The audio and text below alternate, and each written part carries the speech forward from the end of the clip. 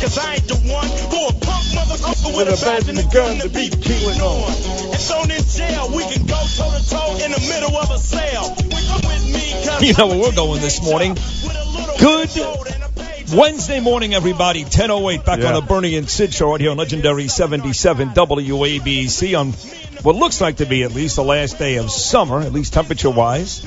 We'll be back in the mid to low 70s the next couple of weeks, and before you know it, it'll be hot and scarf time. But today's going to be hot, and it's going to be hot right here inside the studio. Real hot. Hat and scarf time? Oh, you're a couple of weeks away. And mittens. A couple of weeks away, bro. You know that, but not You sound like Joan Hamburg, for God's sake. Hat and scarf time. Oh, it's coming. Good Lord. It is coming. Wait, you wearing skinny jeans today again? I am not. I'm wearing shorts. The way shorts. you're talking. I already went to Woodbury Commons last week and bought all my winter stuff for me and the kids. You know, I'm not supposed to be chiming in here, but I'm looking at it. Sunday, 82 degrees. Monday, 81. Tuesday, Freezing. 84. Wednesday, 84. Thursday, 81. And Friday, 82. What happened to the mid-70s? Sid Rosenberg show. Look at this, bro. It's all in the 80s from the whole next week. First of all, that is the worst application ever. That's not even the Weather Channel Look, app. it's Brooklyn, bro. It's Brooklyn weather. Not New York. That's right. Brooklyn, Where New I York. happen to live. I do live in Brooklyn, as you do, right? Hello, I'm Sid Rosenberg. I'm filling in for Arthur Aidala here on the Bernie and Gerg Sid show.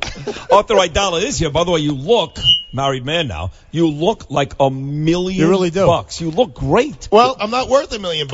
I may have debt in the amount of $1 million, but I feel great. I'm married like 100 and something days, but most importantly, I'm like 4 weeks away from being a dad again. Congratulations. Wow. Which, I mean, my feet are not on the ground. You guys are cut from the same cloth. We love what we do. We love our jobs. We love being in the mix, but there's nothing like being a father. That is the greatest gift that God has ever given. Except the newborn stage sucks. Yeah. Well, you know, she's looking to breastfeed, so that kind of gets me off the hook for at least 3 or 4 months. You are the kid. Right. Hey, the way she's looking, man, I would go 50-50. I'll split it up. It's a son, so you know. Right. 2 for the price of 1. Yeah. But you do look, the suits, did Fox News pay for your suits? Or? That is on a need-to-know basis. Okay. I mean, that is means none of your business. That's in the portion of my contract that it says confidential. I guess we won't be answering any questions about Roger Ailes then. No, I think we're going to tell us about your suits. I'm going to tell myself what I tell my clients. Take the fifth. Right. Just take the fifth. Take the fifth. Call the prosecutor. Yeah, he won't be answering any questions. But he's a priest, Arthur. He's taking the fifth. He's taking the fifth. So it is Arthur Aidala, noted legal attorney here in New York City and Fox News legal analyst, I should say. Well, I always pride myself as being a lawyer first. That's my number one thing. I'm a lawyer because. Who do you rep? Are you a criminal law? Or we kind of do everything. Yes, the criminal law, as you guys know, is what gets you in the newspaper, right? So, Yep. but the stuff where we help a lot of people is, Bernie, I call it like neighborhood law. I represent individuals. I don't really represent companies. So God bless, you and your family are buying a big house, or Sid now has all of this money, so he needs to do estate planning, or you guys are going to put together and have the Bernie and Sid hamburger, and you need to trademark it, and so we do all of that. So let's then start with this, because obviously Colin Kapernich is a huge story, and all the police brutality issue, all that. Locally, you were there a couple of months ago, right after the guy was gunned down in his backyard. One of the owners of Spumoni Gardens. Any movement on that case? Well, I'm going to tell you, the short answer to that question is no, that I know of. I do represent. They did have a video of the guy, though, didn't they? I do represent the family. What I can say is there have been no arrests that are made. The investigators who are investigating it are leaving no stone unturned. And I'm hopeful that, September? By the end of the month, I'm hopeful that there will be an arrest that is made. But I'll tell you, Sid, in the day of where everyone's got a camera everywhere, and there's really not that much there. There's video of someone there right before and right after, but there's, the feds are handling this. And when the feds have a case, they want 100% certainty before they put handcuffs on anybody. There's a reason they have a 98% conviction rate, because they don't arrest anyone until they got them nailed. So, but I'm hopeful that's a tragic thing. That was the first homicide to take place in that neighborhood in Brooklyn in 2 years. In a long time. Now, the other local case, of course, that everybody's taken personal in Queens and Howard Beach, the Vetrano girl. God. Now, Curtis Leawood tells me today that they've got somebody, they think they have found somebody who kind of matches the sketch of the quote-unquote eyewitness. But you would agree, Arthur, that this has become a very personal thing for all of us New Yorkers. Well, because there before the grace of God go I. I mean, but look, let's talk about our buddy Curtis. Curtis was the one pounding his chest when the LMB Spaghetti Garden thing happened that it was an organized crime thing. I could tell you from all of the information that I've gotten, organized crime has been ruled out on very many levels. So the fact that they left the money there and all that right, stuff. the fact that a businessman is coming home and he's literally 10 feet away from his wife who has dinner on the table and his two sons in their early 20s are right there and he's killed, he's executed. The fact that a young woman in Howard Beach, these are two family-oriented, long-standing, hardcore New York neighborhoods. She goes jogging and she winds up in the horrific condition she's in is scary. What does it harken back to? 1978, 1979, So, and neither one of them have been solved in an era where, let's face it, God bless law enforcement, they're solving cases faster and faster than they ever have. So to have those two examples, one in Brooklyn, one in Queens, hanging out there, it doesn't foster a feeling of confidence. And when's the new police commissioner start? This Friday. Sometime this month. Oh, yeah, Friday. No, this Friday. Right. Tomorrow is Police Commissioner Bratton's last day, and God bless him. I was with him. Good riddance to him. Well, all right. Get him out.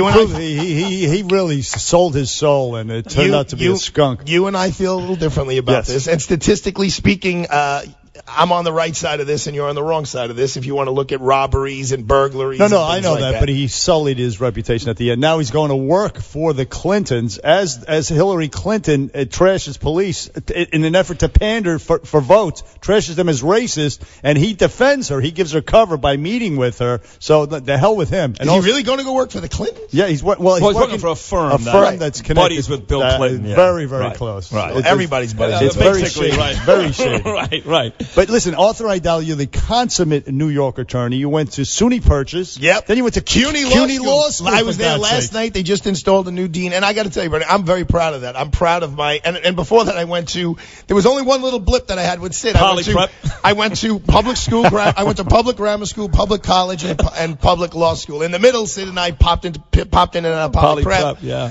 I happened to graduate. Someone else didn't, but we'll talk about that another time. I had to go to yeshiva, being corrupted by Italians. Right, you're right. There were a lot of Italians around. But so it's an amazing story. I mean, these are not. It's not Harvard. It's not. No. And I'll tell you when I'll name drop for a second. When I spoke to I call him my uncle now, Justice Scalia. And he was pushing me, you got to have more kids. You have to have more kids. And I said to him, Your Honor, because he had 9 kids and 36 grandkids. I said, Your Honor, these kids cost a lot of money. He goes, I don't want to hear that. I go, well, just college. He goes, where'd you go to college? Because he knew. I said, SUNY Purchase. He goes, how much did that cost? I go, $5,000 a squat. So he goes, your kids can go to public schools and and he goes, you didn't turn out so bad for a knucklehead. So, yeah, I'm very proud of our education system. And the fact that CUNY Law School, I found out last night, is the #1 most diverse law school in the United States of America on all levels, age. They have a lot of people there. It's their second career. They're going to law school at 50 years old. And, all the diversity. Of course, I went into a bathroom yesterday at the new law school, which is a beautiful building. And it's like this is the transgender room, and this is the gender neutral room, and this is and they sell like whatever. It's a different world than Let me point out another consummate New Yorker, Justice Sonia Sotomayor. Yes. She went to parochial schools, Catholic schools here in New York City, which I think made the difference in her life because these cities in the South Bronx. So she was my neighbor in the projects. And I don't think she would have ascended to the Supreme Court had she gone to public schools myself. I will tell you, I'm not sure about that, only because she's got a brain that's a little different than the rest of ours. Like, you put all three of our brains together. But you don't channel that properly. No, you're absolutely correct. But I think she also goes to the story of like a Bill Clinton, whose, father was an alcoholic and beat the heck out of him, and his mom, and he became president of the United States. And look, she didn't grow up in a nice neighborhood, right? She didn't grow up with a silver spoon. Bronxdale houses in the South Bronx there, and then Co-op City. But she did have parents who loved her and took the time and spent the money to put her into Catholic schools. And I think that made the difference for her. I will tell you, my father will tell you it made the difference for him when he was growing up in the Bronx. He was in the Pelham Bay section, and he was cutting up big time. And my grandfather pulled him out and put him into Fordham Prep. And those priests, man, they whipped his butt into shape real quick. So what made you want? Were you watching Perry Mason? I mean, well, my dad's look. Perry Mason. What generation? How about L.A. Law? Truth be told, my father was a very prestigious attorney, and so that was going on in my household. But I went through that whole rebellion phase, and Sid can understand. I'm not going to do what my dad's going to do, and I really wanted to be an entertainer. At Poly Prep, I won the acting award. Is that right? I went to SUNY Purchase to go to acting school. I was the Music Man in the Music Man. They did the Music Man so I could sing the Harold Hill 76 trombone at the big parade. You could play the life of Yul Brynner, but you know what it was? Or Telly Savalas. Either one. But you know what it was, Bernie? I didn't want to go to work. Like college was ending, and I'm like, I don't want to go to work. What am I going to do? And I took the LSAT, and I got into CUNY Law School, and then I was lucky enough that Brooklyn DA Joe Hines, I met him on a bar stool, and he knew and he had already rejected me from his office on papers, but when he met me over a pint of Bass Ale, he said, he goes, hey, you want to come work for me or what? I was like, really? I don't know you work for Joe. You work for Joe? Oh, yeah. That was the greatest experience of my life. He's a great guy. Another guy getting a bad rap. He's getting a bad rap. And why is he getting a bad rap? Because of the Hasidic community. Apparently, he turned the other way in the face of some of these child abuse scandals. It depends who you talk to, because if you talk to the Hasidic community, I mean, I had a couple of cases where the sentences that they asked for were insane. They were more than if you commit murder. Because the way the penal law is, you commit murder, the most you can get is 25 to life. Now, you could spend life, but you're eligible for parole. Hines was having people sentenced to 100 years, which means you got to do 75. Can I just say, raping kids is pretty egregious. It's worse than murder, It's pretty terrible. But it's worse than murder. But a lot of it wasn't rape. A lot of it, I am not justifying it, but it was just touching hand to private. I don't know about 100 years. 100 years. I know it sounds worse than. A murderer is getting 25 years, and a toucher is getting 100 years. No pun intended. I feel you. Right. I see what you're saying. And by the way, don't forget, Bernard, that he is a defense attorney. Well, hold on, but number one, I'm a recovering prosecutor. Number two, I'm a huge advocate of law enforcement. You know what? Let me give a quick plug. Tomorrow is the Rafael Ramos Foundation event. Rafael Ramos and Lou were the two cops who were executed in their car. Sure. And the Ramos family approached me about a year ago and asked if I would help them set up a foundation, which of course my law firm did all pro bono. And this is what they're doing tomorrow. And I compliment Mr. Detective Ramos's wife so much, Maritza. She raised the money. We had a fundraiser. She raised not a lot of money, but enough. We're giving out 500 backpacks tomorrow to kids in a very rough school in Bed-Stuy, 3 or 4 blocks away from where the 2 police officers were executed. And there's going to be like 40 cops, the mounted cops, the canine cops. And the whole idea behind it, Bernie, is to give the kids, these 3rd, 4th, and 5th graders, the interaction with police officers at a young age, so who are giving them a present. How you going? I'm a cop. Here's your backpack with all your school supplies in it for the whole year, so that this whole thing about, remember when Mayor de Blasio said, well, I told my son when you're a police officer approaches you better, why? We're trying to eliminate that. We want it to be when a kid sees a police officer, he says, hi, officer, how are you? How was your day today? If you need some help. Love it. Love it. So the Ramos Foundation is doing some real good stuff. So even though I'm a defense attorney, I'm doing a lot of good things. That is beautiful. That is good stuff. Arthur Aidala, the noted New York attorney and Fox News legal analyst. What do we do with football players that don't stand for the national anthem? We're going to talk about Colin Kaepernick and that lightweight Eric Schneiderman taking on Donald Trump. And also, you once represented Lawrence Taylor as well. I spoke to him last night. All right, we're going to talk to Arthur Aidala about all this coming up on the Bernie and Sid Show. 1-800-848-9222. Back after this. 77 WAB. I feel very, very, very, very, very good about it. When I heard that she was captured, I'm going to go get me a bottle of Bacardi rum and get drunk. Yeah. Back on Bernie and Sid on 77 WABC with noted attorney Arthur Aidala. That was the woman in the wheelchair up in the Bronx who had her purse snatched.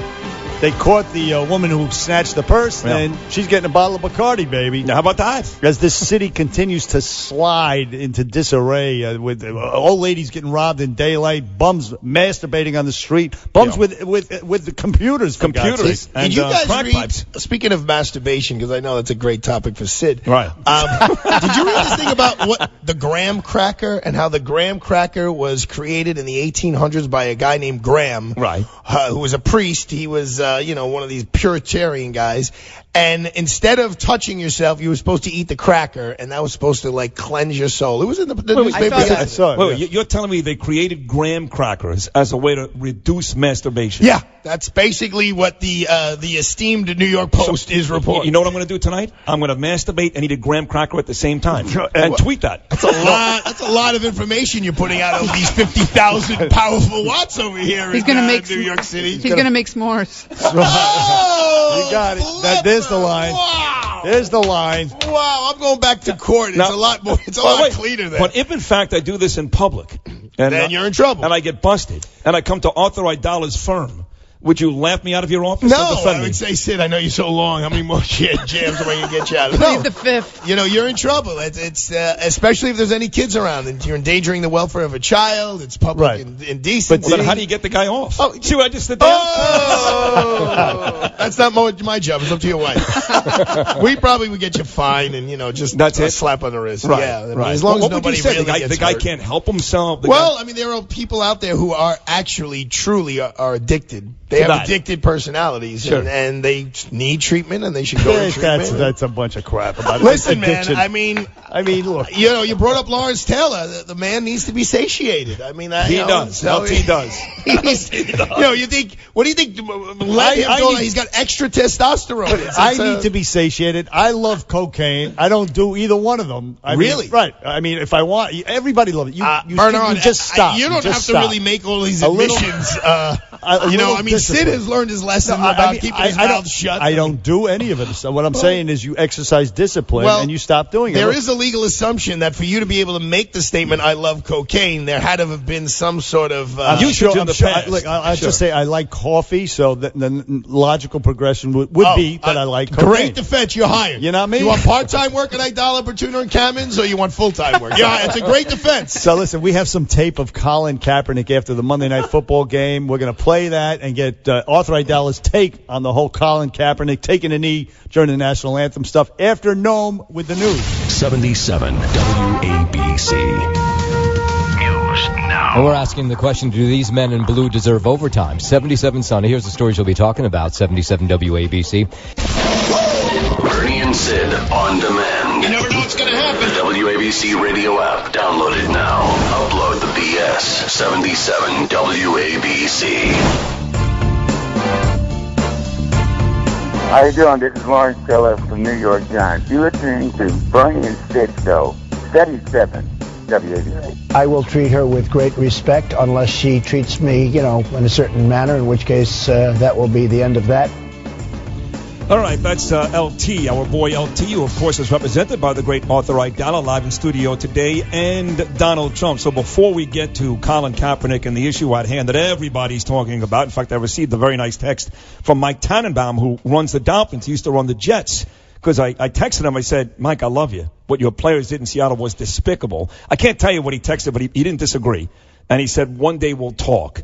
So it just leads to show you that they can't do anything about this. Between the Players Union, the NFL, even the GMs and the team presidents, their hands are tied. But before we get to that, Trump University, that is a legal battle right now. I've seen basically what they said Donald Trump University did, some of the wrongdoings, and even me, a guy very critical of Donald Trump, I don't like him even a little.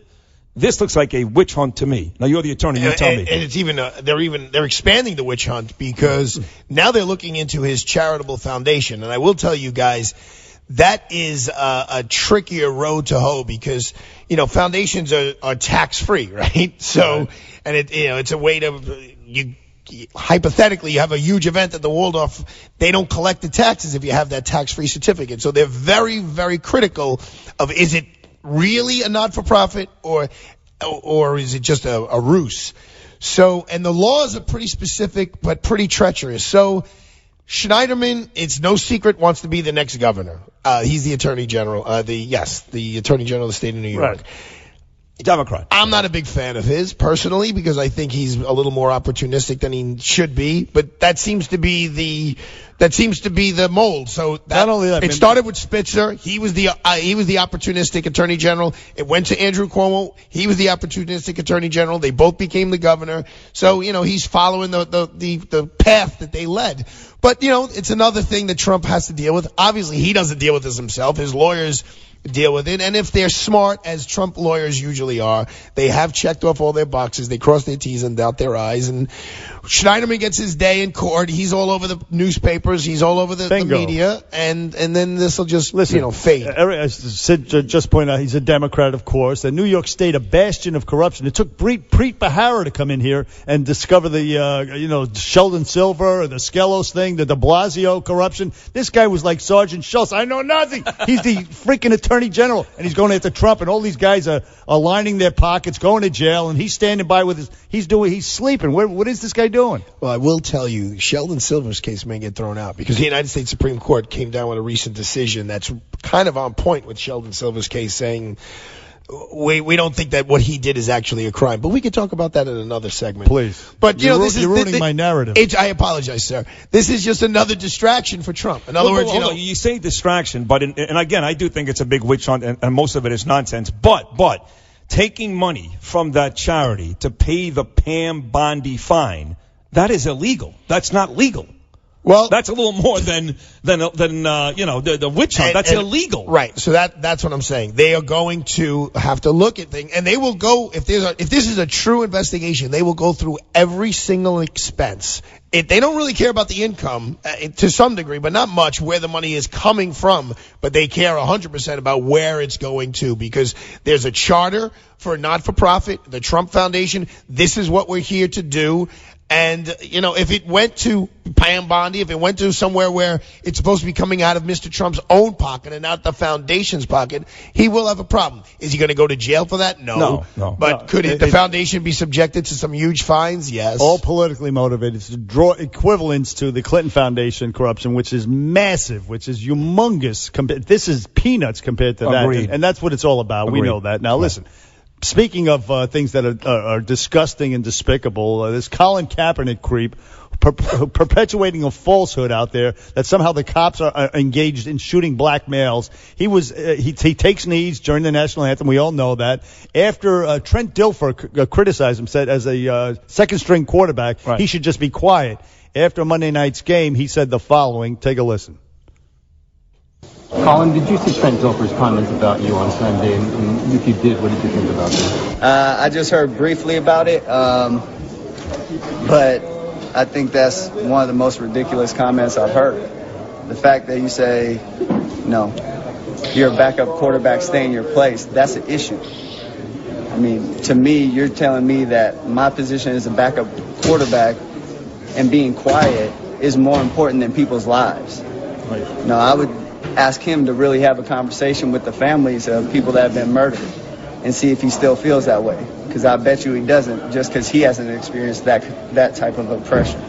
So I want this nitwit to be specific. What the hell is he talking? Who is he talking about? Which police department is he talking about where justice was not done, where the Justice Department isn't overseeing some investigation and having the final say on it? What is he talking about? It's predicated on a falsehood. You have the black professor at Harvard, the economics professor, who did a study and showed that whites are more likely to be shot by cops once engaged. This guy, Professor Fryer. I don't know if you heard about that. But just stop for 1 second. For 1 second. The comeback for that is going to be, Bernard, percentage-wise, there's a lot more whites than blacks. So, of course, more whites were shot. That's going to be their comeback, just so you know. No, this was percentage-wise. It takes into account it's not disproportionate, in other words. Okay. So this takes that into account. Good. Well, let's just talk about how far we've come. Could you had the promo on of Lawrence Taylor. Sid, could you imagine 2 or 3 players on Bill Parcells' team doing this. Never happened. I mean, No, it would never happen. In the 80s, he would just kill him. Yes. He'd either cut them or have Taylor. Not with a knife. Have Taylor go, correct, not with a knife. Or have Taylor go in and beat the heck out of him. But you know this, in terms of unions, there is no more powerful union than the NFL player union. They will squash you. But it's also the political correctness. It's not just the union. It's the political correctness. If a coach the NFL's afraid. If a coach said, fine, you want to kneel? You have your First Amendment right. You could do whatever. You could kneel. Don't think you're getting on that field, though. I don't care if we lose the game. You're not getting on that field. But listen, let's say they can't do that anymore. The coach would be thrown out of there. I mean, it's insane. But what about the facts? The facts that Kapernich actually thinks that there's some sort of epidemic of cops shooting young black males, and a lot of people do. And Hillary Clinton panders to the black community by saying that they do. What about the statistics that? Well, has anyone as a lawyer, you tell me. Has anyone accused Kapernich of being some sort of mental giant? No, but everybody's right. I mean, he's feeding into the Al Sharpton, not just him. The Al Sharpton rhetoric, the myths, the lies. It's the NFL. It's all the commentators on TV and radio. They're all saying, yeah, he's got something to. Thanks for starting a discussion. Right. Well, what's the discussion about? Is what I want to know. Is there some form of injustice where the cops are racially motivated? They're going out there and they're shooting black males. And what case in specific is he talking about? Is it the Baltimore case? Is it the Eric Garner case where it's still being investigated by Attorney General Lynch, who is black? What is he talking about? I know we're supposed to have like a back and forth here, but I agree with you. And here's the other thing. Let's just say that he had a viable topic, right? Let's say he had a fact that was 100% in his favor. Is this really the best way to accomplish? Is it effective? No. Or has he turned more people off than he turned people on? I was with the great Juan Williams last night talking to him. Juan Williams. Yeah.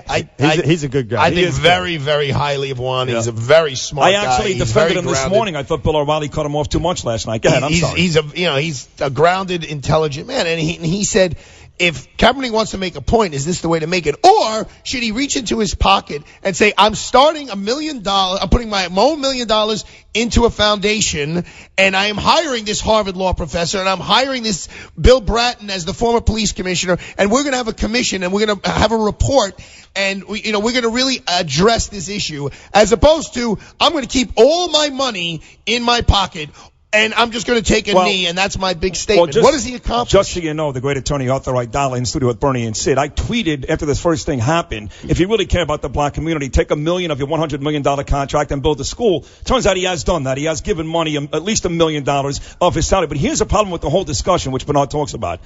When I'm on Twitter or on Facebook or in person with somebody, and I'm talking to an African-American person, and I disagree with Colin Kaepernick, you know what they say to me?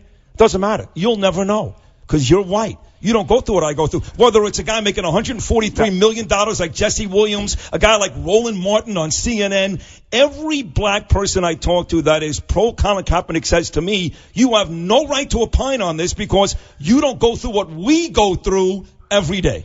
Now, police brutality may be one thing. He's talking specifically about shootings, black males being shot by cops, and statistics do not back him up. He's perpetuating a falsehood and also perpetuating the Ferguson effect, which is that cops are not being proactive, and violence and murder is increasing in the inner cities. So it's actually poisonous what he's doing. It's actually hurting the black community. Well, as I said, I don't think it's having an effect. And if I'm wrong, if he has given money to the community, good for him. Who I will throw out props to is P. Diddy. He just started that school. He took charter school. Yes. Look, you know what? God bless him. And if there's, I have refrained from beating up on President Obama because in his 8 years, because on Fox, that's what you hear all the time. So I don't need to join the chorus.